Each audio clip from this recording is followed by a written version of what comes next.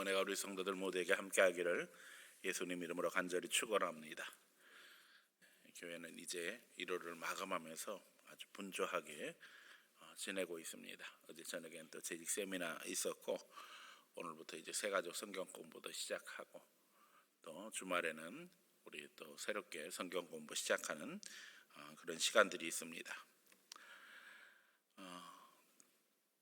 이제 또 정부에서 다음 주부터는 마스크 안 써도 된다고, 내일부터죠. 내일부터는 안 써도 된다고 해서 이제 마스크 쓴 모습을 오늘로 마감하게 될 것 같습니다. 여러분들의 예쁜 얼굴을 전부 다 볼 수 있어서 기대가 됩니다. 그런 가운데 사실은 이제 충격적인 부고를 들었습니다. 아시는 분도 있겠지만은 이스라엘 선교사로 사역하시는 조 목사님 사모님이 저보다 몇 살 더 많지도 않으신데 세상 떠나셨다고 연락을 받았어요. 얼마 전까지만 해도 같이 이야기도 나누고 식사도 하고 그랬었는데, 인생이 다시 한번 유한하다는 것을 깨달으며 하나님 앞에 시간을 귀히 여기고 우리가 다 기도하고 준비한 것들을 실행으로 옮겨야 할 때인 줄로 믿습니다. 그런데 우리가 뭔가 실천하려고 하면 마귀는 어떻게 하라는지 우리를 넘어뜨리려고 도전합니다. 마귀의 도전은 상황과 형편, 조건을 보게 하고 또 우리를 주눅들게 함으로 위축되게 합니다.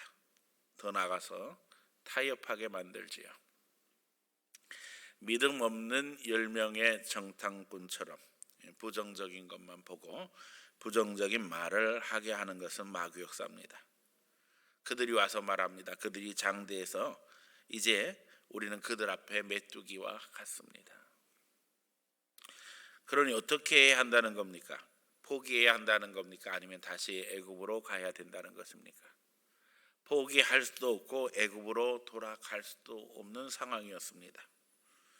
결국 믿음 없는 10명의 정탐꾼의 불신앙은 그들이 40일간 정탐했던 것이 하루가 1년이 되어서 40년 동안 방황하는 고통을 만들어내고 맙니다.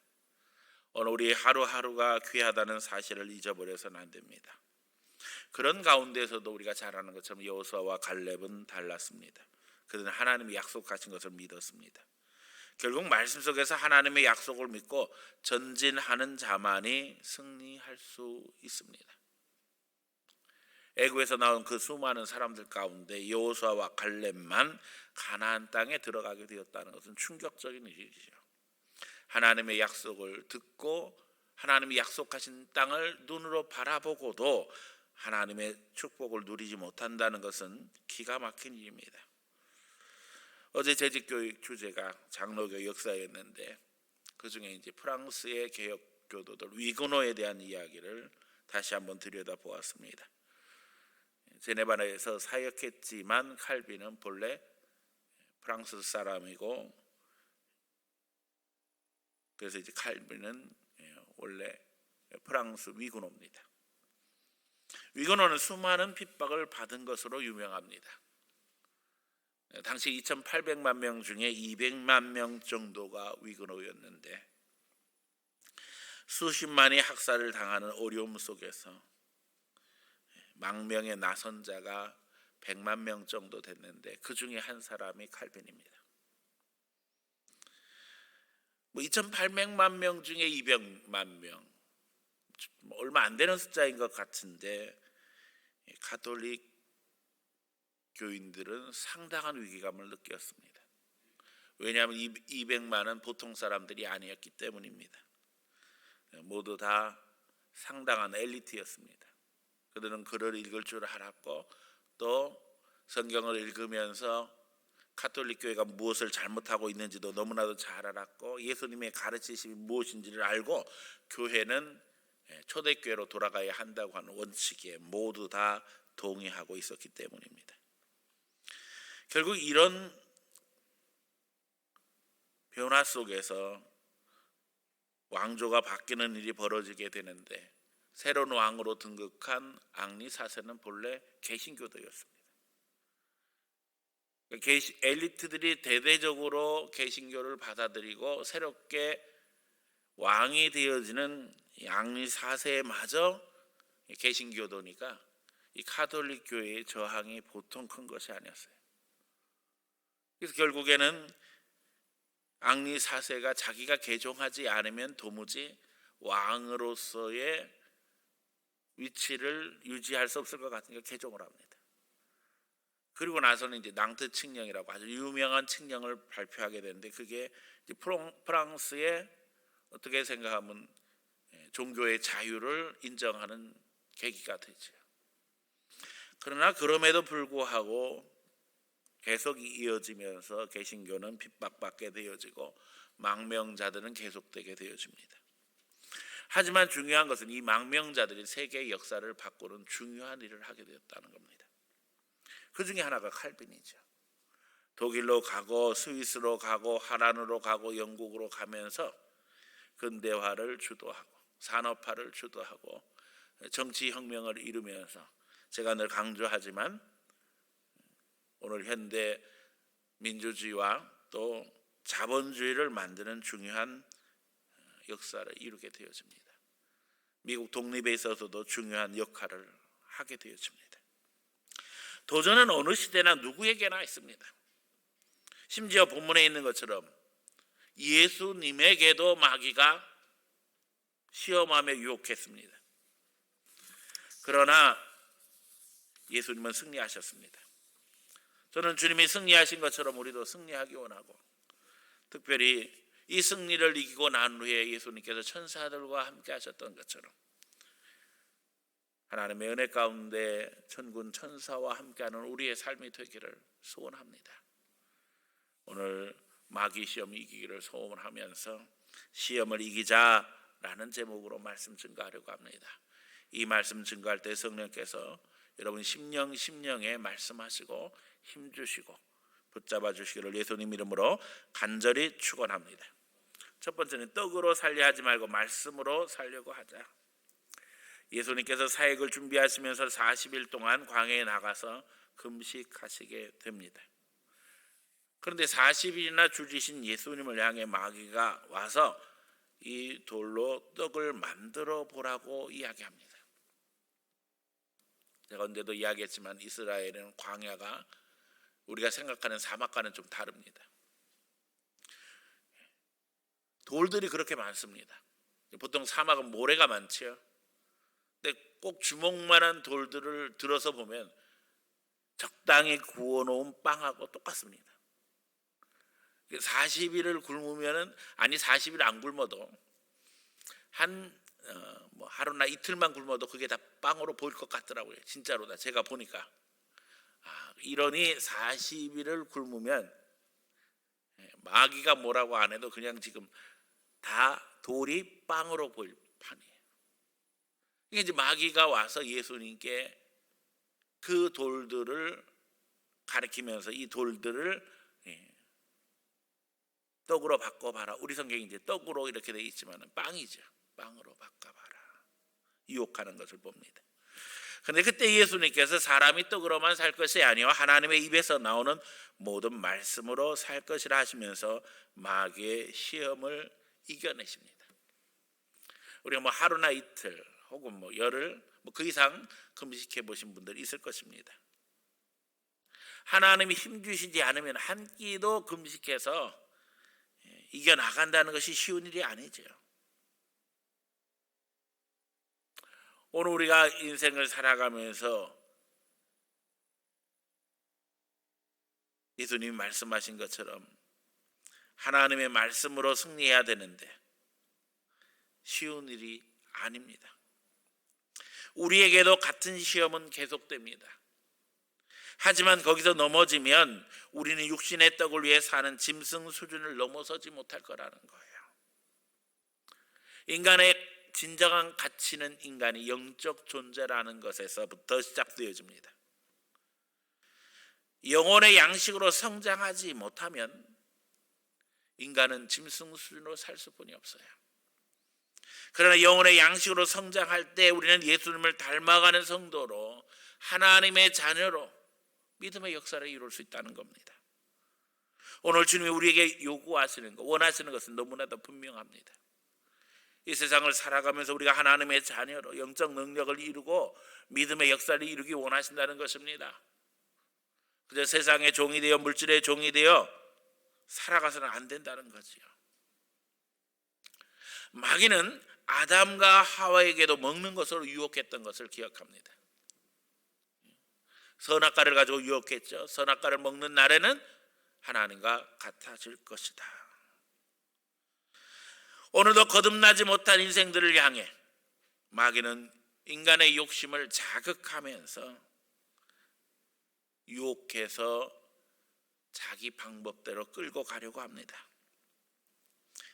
욕심으로 대변되는 이 물질의 한계를 넘어서기가 쉽지 않다는 겁니다. 그러나 그리스도인들은 하나님의 말씀을 따라 달라야 될 줄로 믿습니다. 나누고 베풀 수 있어야 할 것이며 더더욱 영적인 것을 추구하는 하나님의 사람이 되어야 될 줄로 믿습니다. 우리가 하나님과의 관계에서 영적인 것을 추구하지 못한다면 그저 짐승 수준을 벗어날 수 없습니다. 마귀의 지배 속의 양육 강식의 원리, 정글의 법칙이 인류 사회를 지배하게 된다면 우리가 어떻게 이 세상 살아갈 수 있겠어요?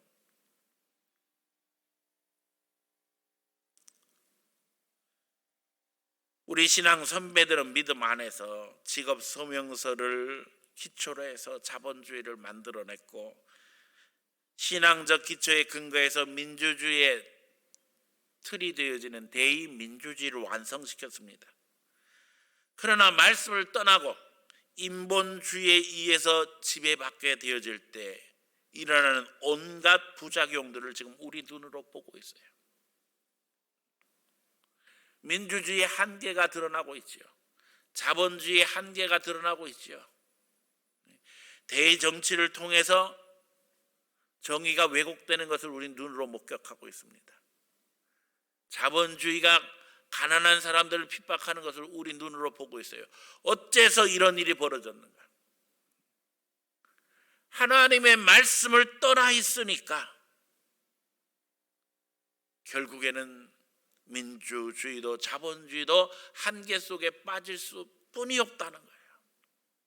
기도하면서 우리 신앙의 선배들은 하나님의 인도하신 가운데 대의민주주의를 만들어내고 자본주의를 만들어냈는데 오늘 우리 시대에 와서 그 기초가 되어진 신앙이 다 무너지고 하나님 말씀 떠나고 나니까 왜곡되어지고 거기서 마귀가 판치고 있다는 거예요.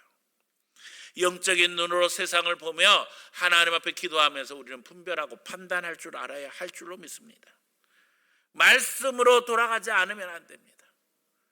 하나님의 입에서 나오는 말씀으로 우리가 인도하심 받고 그 말씀으로 성장할 때 비로소 새로운 세상을 열어가며 하나님의 영광을 드러내는 거룩한 성령의 도구로 살아갈 수 있는 것입니다. 그래서 올해 표어가 뭐예요? 말씀을 읽고 지키자는 겁니다. 그러면 성경 읽기표를 다 성경책에 끼우고 한 장 한 장 읽어가면서 줄을 하나씩 그어가면서 거기서 성취감을 체험할 수 있기 바랍니다. 성경 공부에 열심히 참여할 수 있기를 바랍니다. 특별히 우리 교회는 예배 시간에 참석만 해도 성경 공부가 돼요. 왜요? 늘 메시지가 성경 중심입니다. 새벽 예배 때도 마찬가지고 금요일 날도 수요일 날도 늘 마찬가지고 구역 예배도 마찬가지고 주일 낮 예배도 더 말할 것 없고 늘 항상 성경 중심으로 말씀을 이해하기 위해서 애쓰고 노력합니다. 예배만 잘 참석해도 듣게 되어지고 깨닫게 되어지고 성장할 수 있습니다.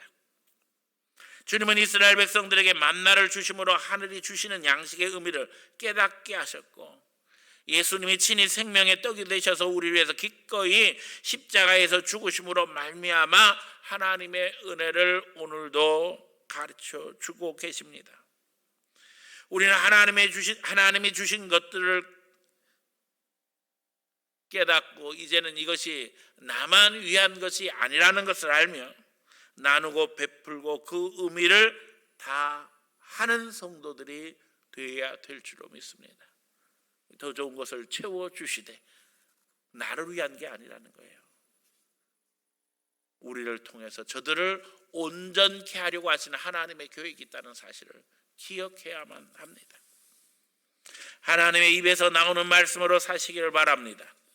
이 말씀은 악한 사단의 세력을 내쫓고 하나님의 은혜 가운데 우리를 인도하며 교훈과 책망과 바르게 함과 의로 교육하기에 유익함으로 말미암아 우리를 하나님의 사람으로 온전케 만들어 간다는 것입니다.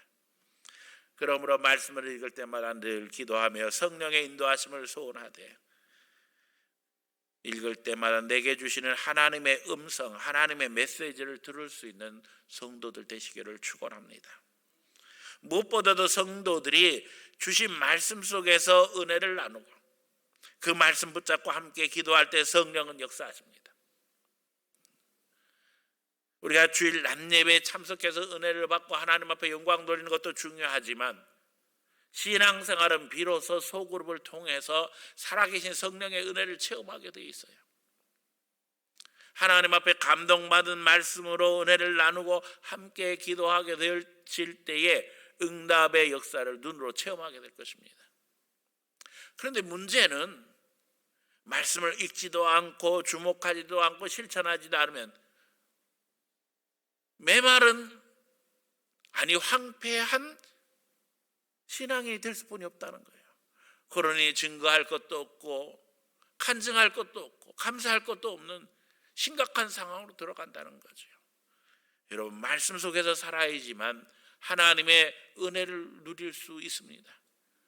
여호와는 나의 목자시니 내게 부족함이 없으리로다. 나를 푸른 초장 쉴만한 물가로 인도하시는도다. 우리가 늘 고백하면서 주님이 준비하신 푸른 초장 쉴만한 물가를 거부하며 어떻게 풍성한 하나님의 은혜를 누릴 수 있겠어요? 쉴만한 물가, 푸른 초장이 어디 멀리 있는 것이 아니라 우리에게 주신 하나님의 말씀, 성경 속에 있다는 사실을 기억하고 여러분 영혼이 갈급할 때마다 아니 오히려 하나님의 풍성한 은혜 속에 감격할 때마다 더더욱 말씀 사모함으로 말미암아 흔들리지 아니하는 믿음의 사람들 되기를 축원합니다. 성령은 오늘도 우리를 통해서 일하시기 원합니다. 사도 바울이 갈라디아 교인들 향해서 어리석도다 갈라디아 교인들아, 십자가에 달린 예수님이 분명히 보이는데 무슨 딴소리를 하느냐 책망했던 것을 우리가 기억해야 될 것이, 분명히 하나님의 말씀을 통해서 보여주시는 것이 확실한데 왜 우리가 이 은혜를 누리지 못하고 낙심하며 실망하며 좌절하며 살아가느냐 하는 거예요.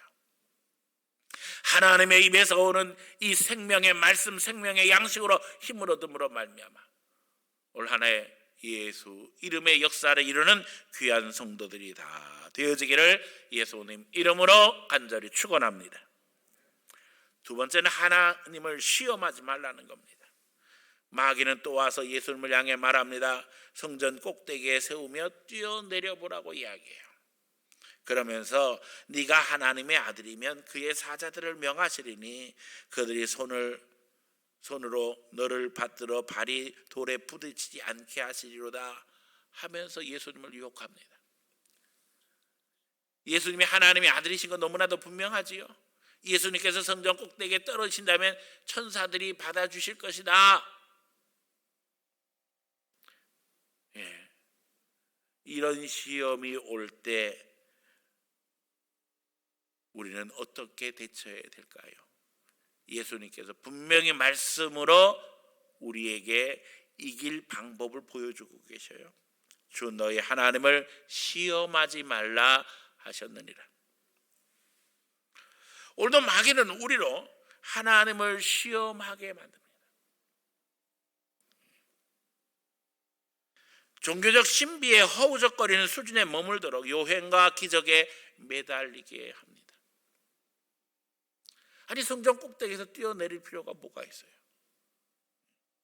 뛰어내려야지만 하나님이 나를 보호하신다는 것을 확인할 수 있나요? 지금도 하나님 보호하시니까 우리가 멀쩡하게 살아가고 있잖아요. 마귀 유혹에 넘어가지 않고 말씀으로 승리하는 성도들 되시기를 축원합니다. 좋은 것은 반드시 유사품이 있습니다. 하나님의 역사도 마찬가지입니다. 마귀가 하나님의 역사를 흉내내서 사람들을 지금도 미혹하고 있습니다.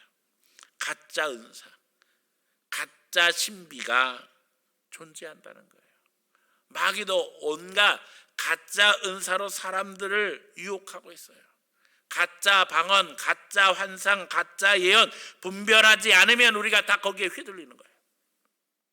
특별히 마지막 시대는 마귀가 천사의 모습을 가장하고 나타날 것에 대해 분명히 말씀하고 계십니다. 내 신앙은 내가 지켜야 됩니다. 누가 대신 지켜줄 수가 없어요.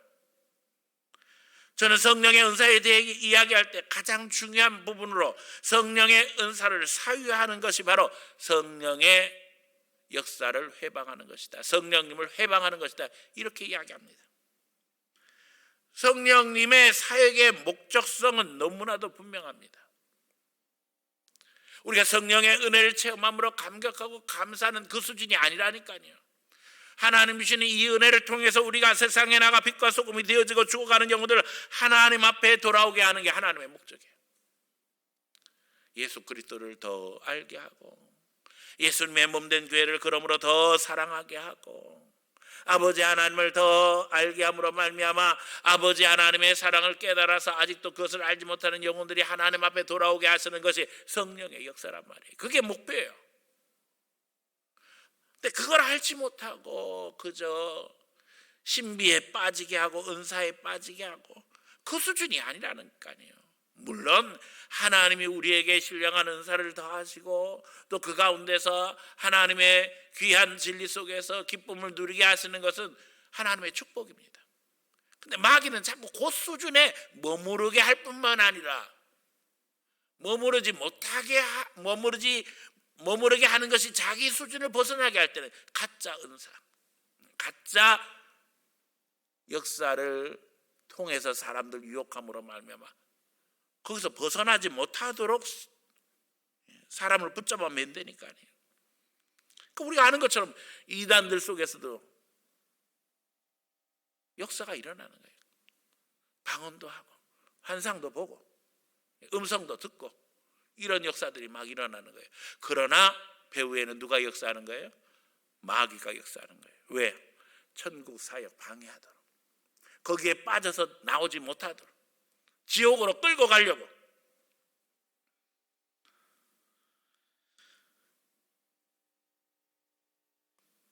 이단은 은사를 사유하고 자기 욕심을 채우는 도구로 만들고 있습니다. 여러분, 이단의 사이비 교주만 문제가 아니라 따라다니는 사람들이 똑같은 수준인 거예요. 그러니까 거기 쫓아가는 거예요. 그 이단의 사이비 교주가 온갖 가짜 은사로 사람들을 유혹하는 것처럼 자기도 흉내내고 싶거든요. 그거 누리고 싶거든요. 그런 욕심이 있으니까 거기 따라다니는 거예요.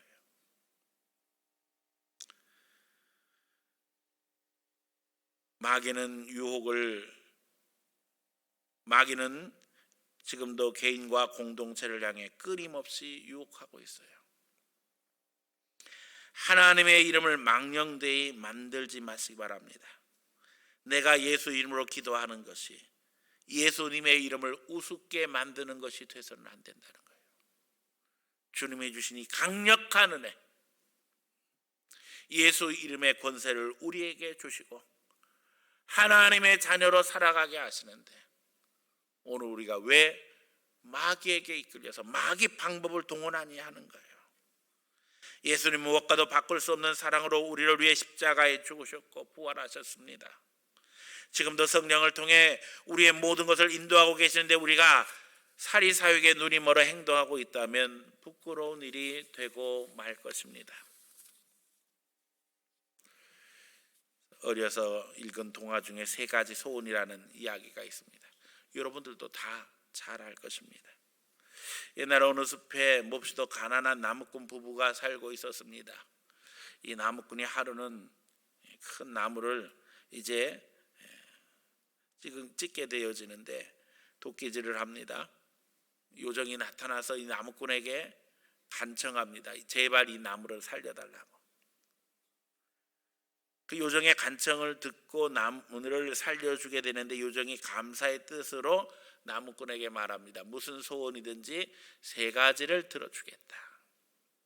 물론 요정은 우리 신앙과는 다른 건데 이야기 속에서 그랬다는 이야기예요. 근데 이 나무꾼이 집에 와서 이제 아내에게 저녁을 좀 빨리 달라고 이야기하니까는 저녁 시간도 안 됐는데 와서 밥 달라고 한다고 하면서 2시간 기다리라고 이야기하는 거예요. 그 2시간을 기다리니까는 배도 고프고 시간도 지루하니까 나무꾼이 이야기하는 거예요. 소세지 하나만 있었으면 좋겠다. 그런데 소세지가 하늘에서 뚝 떨어지는 거예요.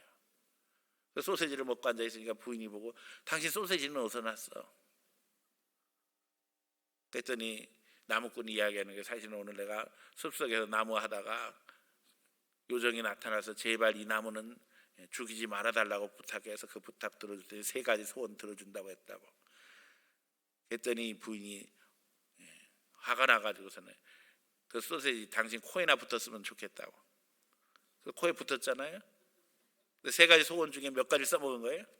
2가지. 그러니까 금세 깨달은 거예요. 이거 2가지나 소원을 써먹었네. 이제 1가지뿐이 안 남았잖아요. 이 1가지 소원은 이제 귀하게 써야 될 거 아니에요. 근데 지금 무슨 일이 벌어졌어요? 소세지가 코에 붙은 거예요. 이제 떼어야죠. 힘을 다해서 뛰는 거예요. 안 떼지는 거예요. 그러니까 결국에는 그 마지막 소원을 뭐에다 써먹어요? 코에서 소세지 떨어지는데. 그래서 3가지 소원은 다 없어졌다는 거예요. 물론 말씀드린 것처럼 요정은 없습니다. 그러나 그 이야기를 통해서 우리에게 어린 아이들에게 이야기해 주는 내용이 뭐예요? 기회를 함부로 낭비해서는 안 된다는 거죠. 하나님이 우리에게 주신 기회, 특별히 예수 이름의 능력 권세는 여러분 그냥 소세지 하나 생기게 해주세요. 소세지 코에 붙게 해주세요. 이 정도가 아니라는 거예요. 하늘과 땅의 권세를 가지신 우리 하나님께서 우리에게 예수 이름 능력 권세를 주실 때는 우리가 세상에 나가 하나님의 영광 드리는 빛과 소금으로 살아가며 하나님의 정의를 실천하는 하나님의 백성으로 믿음의 역사를 이루시기 위해서 우리에게 그런 권능을 주신 줄로 믿습니다. 그래서 예수님께서 말씀하셨잖아요. 하나님의 나라와 의를 구하라. 그리하면 이 모든 것을 더하시리라. 여러분, 우리는 하나님의 편에 서야 합니다. 하나님의 꿈과 비전을 가지고 세상에 나가며 하나님의 백성이라는 사실 잊지 말고 주여 내가 먹고 입고 사는 세상의 육신 양식에 매달려서 인생을 낭비하지 말게 하시고 하나님이 원하시는 뜻을 말씀 속에서 발견하고 말씀 속에서 실천할 수 있는 주의 자녀로 살아갈 수 있도록 인도해 주세요. 늘 기도하는 가운데 하나님 편에 서며 때때로 세상에서 손해보는 것 같아도 하나님이 채워주심을 믿음으로 말미암아 믿음대로 살아가는 성도들 되시기를 예수님 이름으로 간절히 축원합니다. 3번째는 오직 하나님만 경배하자는 겁니다. 마귀는 천하만국을 예수님께 보여주며 또 유혹합니다. 자기에게 경배하면 이 모든 것을 주겠다. 예수님께서 단호하게 말씀하십니다. 주 너의 하나님만 경배하고 다만 그를 섬기라 하셨느니라. 이 말씀으로 마귀를 내쫓으십니다. 마귀는 오늘도 우리의 우선권을 세상에 두게 함으로 말미암아 세상을 따라가게 합니다. 흔들리지 말아야 합니다. 하나님만 섬길 때 세상을 이기며 마귀 밥이 되지 않는 것입니다. 하나님을 섬기는 데 우선권을 두고 타인과의 관계 속에서 신앙을 실천할 때 하나님의 나라는 세워져 가게 되어지는 것입니다. 주님을 섬기는 마음으로 다른 이들을 섬길 때 거기에 예수 사랑 능력이 나타나는 줄로 믿습니다. 요즘 우리가 새벽에 내위기 말씀으로 은혜를 나누고 있습니다. 내위기의 가치는 우리를 예배자로 세운다는 겁니다. 짐승을 제물로 드리면서 죄의 심각성을 깨닫고 하나님 앞에 온전히 예배자로 서기를 원하시는 하나님의 뜻을 우리는 배워갑니다. 구약의 성도들은 짐승을 끌고 와서 그 짐승을 죽여서 하나님 앞에 제물로 드림으로 말미암아 속죄의 은혜를 체험하고 하나님이 우리 주인 되심을 고백했습니다. 여러분, 그 짐승이 죽을 때에 가만히 있는 것이 아닙니다. 살려고 발버둥 치게 되어지고요. 제사장이 짐승을 대신 잡아주는 게 아닙니다. 제물을 드리는 자가 그 짐승을 잡습니다.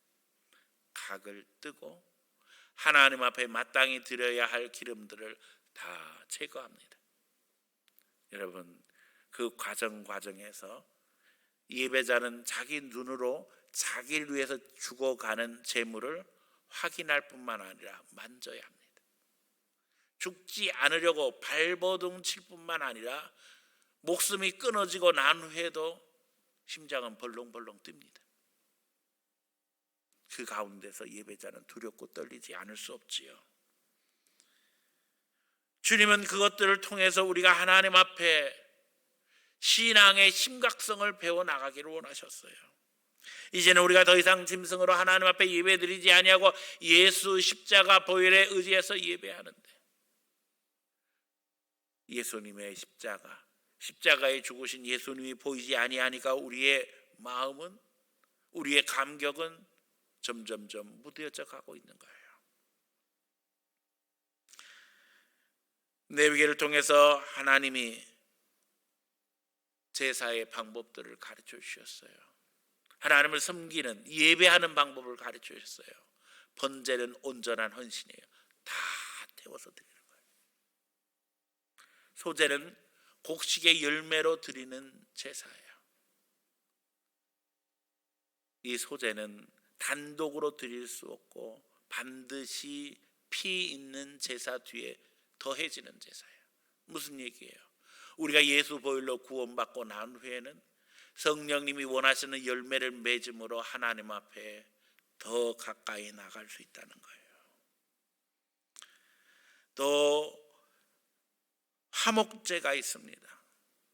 이 제사는 하나님 앞에 짐승을 태워 드릴 뿐만 아니라 그 중에 상당 부분을 제사장과 제물을 드리는 예배자가 함께 먹음으로 말미암아 하나님과 죄의 문제를 해결하고 화목하게 되어진 하나님의 백성들이 함께 화목하게 지내는 것을 증거합니다.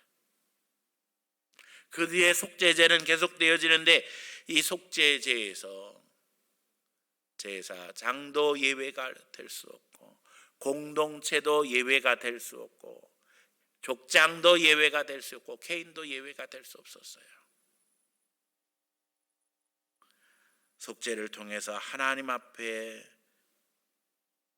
예배가 온전하게 되어지기를 원하시고 그것을 통해서 사람들이 가지고 있는 모든 기득권들을 내려놓게 하셨다는 거예요.